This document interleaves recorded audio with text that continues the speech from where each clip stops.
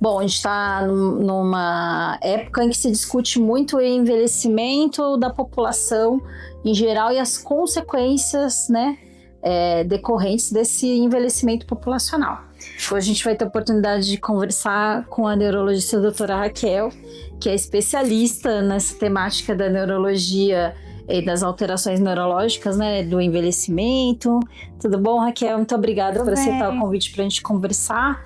Eu queria que você falasse um pouco dessas doenças cerebrovasculares mais prevalentes nas pessoas mais idosas, né, de mais idade. Primeiro, obrigada pelo convite. É um prazer estar aqui conversando sobre essa área, né, que eu gosto muito na neurologia. E sim, eu acho que tem alguns pontos para a gente conversar, né, Laura? É muito cultural, assim, da nossa população achar que é sinônimo do envelhecimento ficar esquecido. Uhum. E acho que a gente precisa mesmo levar a informação no sentido de que isso não faz parte do envelhecimento normal, natural, para que a gente busque ajuda sempre que um sinal de alerta ali aparecer ou que a frequência dos esquecimentos chamar a atenção ou do paciente passar a ter dificuldades com coisas que antes não apresentava ao longo da vida. Uhum. Então, as demências, né, principalmente, elas têm um maior risco, uma maior chance de acontecer acima dos 65 anos de idade. E é claro que a gente vai aí contando fatores ao longo de uma vida toda que podem se somar para aumentar esse risco ou diminuir esse risco. Mas eu acho que esse é o campo aí que vale a gente conversar mesmo, né? Alzheimer, a demência vascular. Então tem alguns tipos aí que são bastante comuns. Mas eu acho que o ponto principal é não tolerar, né, os esquecimentos como sinônimo de envelhecer. Envelhecer obrigatoriamente vai ficar esquecido, né? Sabe que o processo de senilidade seria muito mais tardio, né? A gente realmente muda algumas funções, sabe, cognitivas. Por exemplo, existe uma queda na nossa velocidade de raciocínio, de processar informações. E normal. Existe uma certa dificuldade para administrar mais de uma tarefa ao mesmo tempo. E isso também vai acontecer com todos nós. Mas ficar realmente esquecido, isso não é uma coisa esperada do envelhecimento normal, certo, né? E você estava falando que a prevalência maior é do Alzheimer. Isso. Você pode contar para a gente, em linhas gerais, o que seria o Alzheimer? As pessoas ligam já a demência à palavra Alzheimer, né? Mas é um tipo de. É um tipo de. E é até legal você comentar sobre isso, Laura, porque assim, as pessoas ficam um pouco perdidas. Será que Alzheimer é demência? E será que demência, igual todas você falou, são sinônimo de Alzheimer, né? Realmente é o tipo mais comum de demência, mas existem vários outros tipos, né? Demência vascular, doença por corpúsculos de Levy, demência frontotemporal. Então, tem tipos aí diferentes, mas o Alzheimer é o mais comum e ele se caracteriza pela dificuldade com relação à formação da memória recente. Então, às vezes, e é até curioso, né? Porque o paciente chega com um familiar, ele fala, não, mas a memória dele é ótima, ele fala de coisas lá de trás. Sim, Mas é isso, né? Ele vai lembrar muito do passado em detrimento do presente, né? E aí que tá o ponto, são os esquecimentos para fatos recentes. Sim. Tem um processo evolutivo, assim, desde que quanto tempo previamente ao desenvolvimento da doença você começa a perceber, né, alguns sintomas? É uma pergunta difícil, viu? Porque, assim, do ponto de vista patológico, que não é perceptível clinicamente, o cérebro já pode estar sofrendo alterações 20 a 30 anos é bastante anterior. Antes da manifestação clínica acontecer. Mas geralmente, na forma mais típica da doença, é a memória recente que já começa ali a se alterar mesmo talvez de uma maneira mais esporádica. O próprio paciente percebendo vai arrumar umas desculpas para poder driblar ali o esquecimento ou justificar o esquecimento. E aí vai evoluindo com maior frequência, né? Mas assim, tem casos às vezes que não seguem o que é típico. Certo. E aí pode aparecer inicialmente um sintoma mais de atenção, de dificuldade de atenção, de função executiva que a gente fala, que é o passo a passo para organizar tarefas do dia a dia. Então, comportamento é uma outra coisa que chama muito a atenção. E eu acho que está aí, né, a interface das nossas especialidades. Sim. Porque muitas vezes o paciente abre um quadro psiquiátrico numa idade, né, de idoso mesmo, e aí você já fica ali com aquela pulguinha atrás da orelha, né? Será pouco que provável, né? vai evoluir daqui a pouco com outros sintomas? Então, eu acho que esses sinais, assim, de alerta para esse tipo de sintoma que não tem bem definido o tempo que precede a alteração cognitiva propriamente dita, né? Sim. E é uma área que tem muita expectativa, né, de soluções, né? Você pode contar pra gente essas descobertas últimas, né? Então, as pessoas estão muito animadas, né, com essas descobertas. Eu acho que, assim, trouxe uma luz no fim do túnel, mas não a solução do problema, né? A gente desenvolver novos medicamentos para tratar o Alzheimer é ótimo, porque, igual comentamos agora há pouco, é a principal demência, o tipo de demência, muito prevalente, né, no mundo todo. Com muito impacto social, né? Muito, cuidadores, familiares, né, toda uma estrutura que precisa ter ali para poder amparar o paciente ao longo aí do tempo de doença, né? Toda essa perda de funcionalidade envolvida. Então, assim, é difícil, é triste, né? E a gente quer que apareça algo que cure, mas isso não existe, mesmo com esses medicamentos mais novos. E eu acho que é muito bom a gente falar sobre isso, porque ainda são tratamentos muito caros, né? Com custo muito elevado. Mas que não vão reverter o problema, o processo, né? Não vão curar o paciente, mas eles são mais, assim, digamos, direcionados para tratar a patologia. Não é só puramente sintomático, como os remédios que existem há mais tempo no mercado. Mas mesmo tratando a patologia, a gente não viu a cura acontecer como a gente esperava.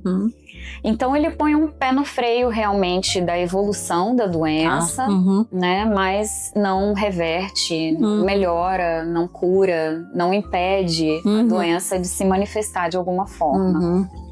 E para fases bem assim iniciais do quadro, né? Então, ou é a demência de Alzheimer leve, ou até uma fase anterior. Um pródromo de transtorno cognitivo leve. Isso aí, que é o comprometimento cognitivo leve com a patologia do Alzheimer, em que o paciente ainda não perdeu nenhuma funcionalidade, mas tem sintomas de memória.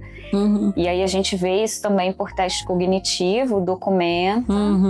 E quando vai avaliar do ponto de vista patológico, ele realmente tem ali o depósito, né, da proteína beta-amiloide. Então, se beneficiaria do tratamento. Tem essa possibilidade. Tem, né? essa possibilidade, mas nesse sentido de realmente estabilizar, né? Essa é a promessa do medicamento. Maravilha. A outra questão que eu acho bem interessante e prevalente é a questão da doenças cardiovasculares no Brasil serem muito prevalentes. E daí, dentre elas, estão as doenças cerebrovasculares, né? Então, tem muitos casos, talvez, a demência vascular que acaba sendo deixado de ser percebido, né? Negligenciado, por conta de ser mais insidioso, inclusive, de começar com sintomas de humor, né? Mas a gente deveria considerar como algo possível, porque é mais fácil ter diante de tantas pessoas com doenças, né, desse tipo, né? Então, em 2024, se eu não me engano, o AVC foi um dos principais, assim, causadores de óbito aqui Sim. no Brasil, né? uhum, Então, realmente, é uma prevalência muito grande de doença cerebrovascular. E é até muito curioso, porque, assim, hipertensão, diabetes, alterações do colesterol também são fatores de risco até para doença de Alzheimer, quando não são bem controlados aí ao longo da vida, né? Então, realmente podem mesclar coisas, né? Pode mesclar. Mas a demência vascular, como que ela se caracteriza? Então, o paciente, quando teve o AVC, em até 3 meses depois da ocorrência do AVC, se ele mostra ali alterações cognitivas com impacto funcional, aí a gente pode considerar que talvez esteja se encaixando no diagnóstico da demência vascular. Que é outra coisa que eu estava te dizendo, que às vezes se confunde, né? Fala, não, a pessoa teve AVC, então com certeza ela vai ter uma demência depois, e não necessariamente, não né? necessariamente. Quando a gente fala de reabilitação cerebrovascular, existem outras evoluções possíveis, né? Pós-AVC. Inclusive evoluções muito positivas, né? Não é porque teve AVC que necessariamente vai ter também problemas cognitivos. Então, e também o tamanho do AVC não significa que o paciente vai ficar pior ou melhor. Às vezes o AVC é pequeno, mas num lugar muito estratégico, né, do cérebro. Então, realmente não é uma relação 100% assim, né, garantida. Teve o AVC e vai ter um quadro demencial? Não, isso não é. E quais são as ferramentas, né, que daí não necessariamente a neurologia quem faz, mas que são indicadas para uma reabilitação pós-AVC? Eu acho muito legal, assim, porque daí vem a interface com várias especialidades, né, várias outras áreas também da saúde.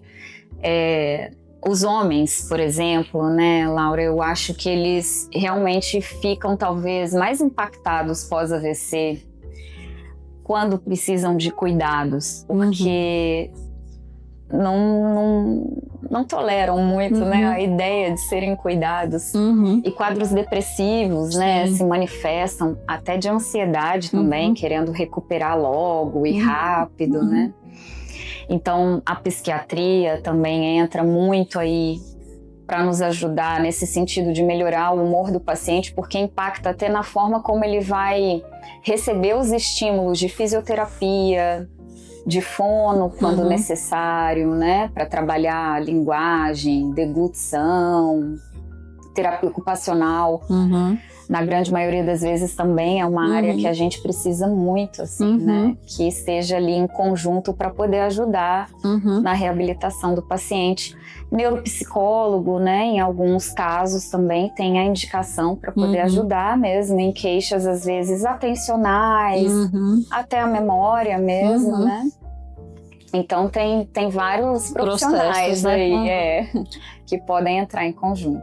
Eu tava contando para você do ator do filme Valor Sentimental, que já é um idoso, né? Já é um patriarca, porque todos os filhos também são da carreira, e que teve um AVC e adquiriu problemas realmente de memorização do texto, ficou um tempo fora do trabalho. Hoje ele trabalha com prompt, né? Que é um texto escrito que fica passando, que usa muito em telejornal, né? Por conta de você não conseguir decorar toda a informação. Então ele usa o teleprompt, mas ele se reabilitou ao voltar, né, ao trabalho de atuação, né? Então ter um AVC, mesmo com uma gravidade maior, não necessariamente impacta, né, o término do desenvolvimento profissional, não? E assim, existem alternativas, né? Hoje a gente está vivendo uma era tão diferente de alguns anos atrás, então tem tantas ferramentas que podem ajudar a fazer esse paciente voltar para o mercado de trabalho, né? Então, realmente não é sinônimo de incapacidade, né? Ter AVC não é sinônimo disso. É claro que às vezes leva um tempo para o paciente reabilitar. Esse tempo nem sempre é correto ou igual, né? Exato, igual de seguir uma receita de bolo, assim. Mas existem essas possibilidades e a gente realmente tem que buscar tudo que está ao alcance Sim. para reabilitar mesmo, né? Sim. Eu queria falar de um quadro que é mais raro, né? Mas que ele ficou muito conhecido porque tem um ator que é muito conhecido chamado Bruce Willis. Talvez uma geração anterior às que acompanha a internet conhece mais, né? Porque ele era mais famoso na década de 80, 90, mas era um ator na ativa e que começou a ter problemas de afasia, né? Uma dificuldade mesmo de memorização, e ele foi diagnosticado com uma doença para pessoas mais jovens chamada demência frontotemporal. Aí eu queria que você contasse um pouco sobre como funciona a prevalência, né? Porque que ela é tão diferente, né, das outras demências que a gente está habituado a ver. É um grande ponto que até você já comentou, né, Laura, é a idade de início. Então costuma ser uma idade bem mais precoce do que, por exemplo, o Alzheimer. As doenças também cerebrovasculares são mais comuns conforme a gente vai avançando em idade. Então a chance também da demência vascular aumenta com a idade, né? Mas nesse caso não, são realmente quadros que se apresentam em idades pré-senise. Então antes dos 65 anos que elas geralmente vão aparecer. E o curioso, assim, é que a demência frontotemporal, ela pode ter algumas variantes, mas tem a variante comportamental. E que nesse caso, geralmente o paciente, ele realmente até procura o psiquiatra, né? Porque é muita alteração de comportamento, agressividade, uma ansiedade de difícil manejo mesmo. Às vezes até um quadro depressivo muito grave, né? Se apresentando, manias que o paciente adquire, colecionismo, né? Quer pegar coisa na rua que não tem sentido, levar para casa, enfim... Vão surgindo comportamentos bizarros, assim, inapropriados, né? Às vezes não sabem mais se comportar no meio de outras pessoas, como se vestir de maneira apropriada. Então, vai chamando a atenção o comportamento nesse tipo de variante e depois outras funções cognitivas sendo afetadas, principalmente a linguagem, porque pega o lobo frontal, né? Então tem uma dificuldade muito grande de comunicação verbal. E aí, ao longo do tempo, memória, enfim, também vai sofrendo. Mas tem as variantes que começam com afasia. E a gente estava conversando aqui um pouquinho antes sobre isso, né? Como foi curioso a forma que foi falado sobre a doença dele, né, no início, que falaram sobre afasia. Mas peraí, a afasia pode se manifestar em vários quadros, vascular, degenerativo. Então, acredito que realmente ele abriu esse quadro já afásico e evoluiu aí posteriormente com outros sintomas para caracterizar a DFT mesmo, né? Ou antes nem era compreendido, talvez, por conta dele já ser uma pessoa com temperamento já diferente. Pode ser. E não ter sido percebido, né? Realmente, essas questões de como a pessoa era, né? É interessante a gente sempre levantar dentro de uma consulta. E eu vejo muito isso nos quadros demenciais e acho tão curioso porque, assim, também é um momento em que os filhos, né, estão ali muito mais envolvidos com o paciente do que às vezes tiveram oportunidade ao longo da vida de adulto, né? E aí eles vão vendo comportamentos no pai ou na mãe, né? Enfim, de quem estão cuidando. E aí eu pergunto assim, mas ele sempre foi bravo? Ele sempre foi autoritário? E aí fala, sempre foi. Então agora, né, isso fica ainda mais assim, florido, mas já tinha, né, parte disso. Torna mais difícil também, né, para a família procurar ajuda em quadros precoces, né? Vai acabar chegando só com uma evolução mais relevante, isso, né? E eu acho que no nosso país é muito comum. Os pacientes geralmente chegam com quadros moderados a avançados de demência na grande maioria das vezes. Assim. Que tem menos possibilidade, né, também de ter ajuda, né? Fica um pouco mais difícil mesmo, né, o manejo, porque já tomou conta, assim, de muitas áreas, né, diferentes da parte cognitiva. Então, dar esse diagnóstico nesse momento, introduzir o tratamento nesse momento, fica também muita informação, né, por parte do que a gente quer fazer com o paciente e muita coisa para ser cuidada numa primeira abordagem porque já chega muito comprometido, né? Daí então, acho que uma pergunta que quando eu recebo de pacientes de maior gravidade da família, que é muito difícil lidar, mas é importante, acho que ter um desenho do que é melhor ser feito, né? Por exemplo, tem pacientes que vão atingir uma gravidade de problemas de comportamento na demência, que muitas vezes a estrutura familiar não permite mais que ela fique cuidando 24 horas, né? Quando que a gente conversa com o familiar sobre a diferença entre cuidadores 24 horas dentro de casa e uma institucionalização, você é absolutamente contra a institucionalização, o que você pensa a respeito disso, né? Não sou contra, Laura. Eu acho que cada caso é né? Cada estrutura familiar é uma. Às vezes isso até exige da gente mesmo ter essa sensibilidade para entender o que é possível fazer. Tem pessoas que não conseguem cuidar, elas têm dificuldade, até não aceitam muito o diagnóstico, se irritam muito com o paciente, ou ficam muito sobrecarregadas, né? Quantos cuidadores adoecem, né? Sim. Então, realmente... Existe hoje uma estrutura, porque tem cuidadores que ficam em casa, né? Então, tem estruturas familiares que têm cuidadores em turnos de 12 por 36, e daí tem vários cuidadores e conseguem manter o familiar dentro de casa. Mas além da questão custo, tem a questão toda do manejo mesmo, né? De como manter essa pessoa dentro da sua rotina, né? Tendo uma rotina corrida de trabalho, não podendo estar supervisionando tão bem, então como que tomaria essa decisão? E tem muita culpa da família, né? Quando a gente pensa nessa questão, né? Eu acho que esse é o principal ponto, né? A família geralmente tem muita dificuldade em aceitar, institucionalizar, mesmo quando você vê que talvez seja o melhor ali para o paciente naquele momento. Até porque muitas instituições hoje em dia, elas têm esse cuidado multidisciplinar e que às vezes também para a família fica muito difícil de executar, né? Então tem fisioterapia, tem manejo de nutricionista, de fono no lugar que a instituição tá e todo esse amparo, né? E muitas vezes o paciente fica melhor, né, em instituições do que em casa, porque, enfim, pode ter uma estrutura melhor também por trás, né?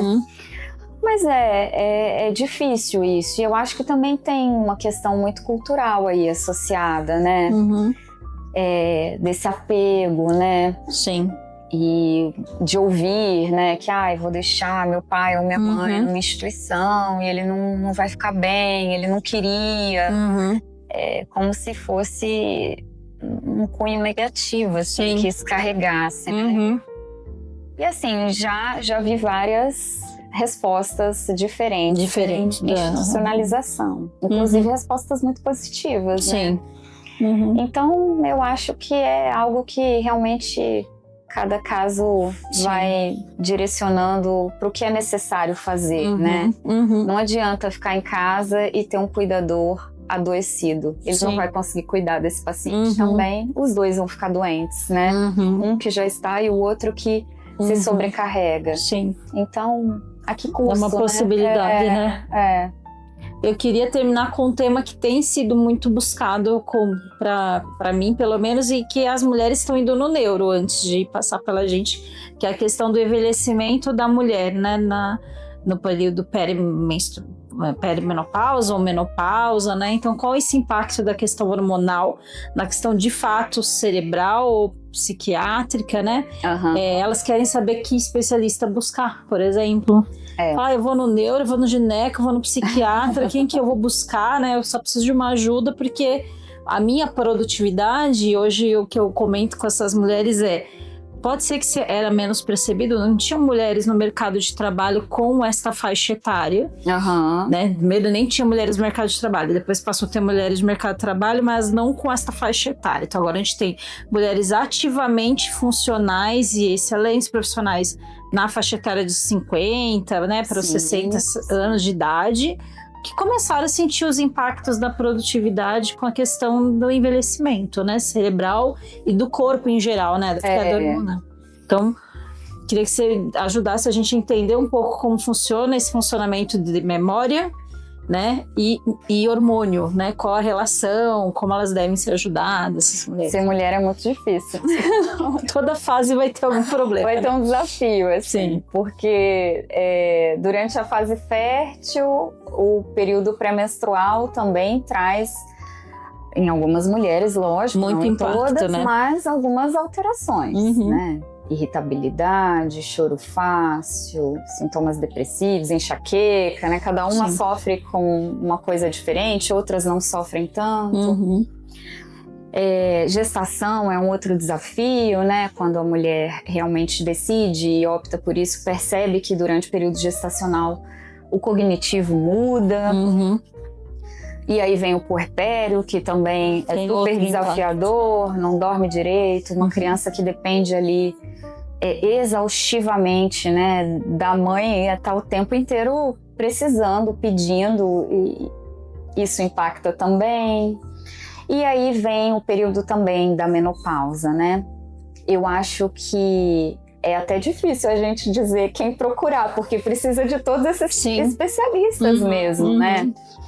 Porque o humor altera, então o psiquiatra tem um papel fundamental. A memória precisa realmente ser avaliada se isso aparece como uma queixa, até para a gente descartar aí outras possibilidades ou entender o quanto aquilo tem ou não tem gravidade associada, né? Realmente, assim, existem muitas especulações, digamos assim, né? Muitos estudos tentando demonstrar essa associação.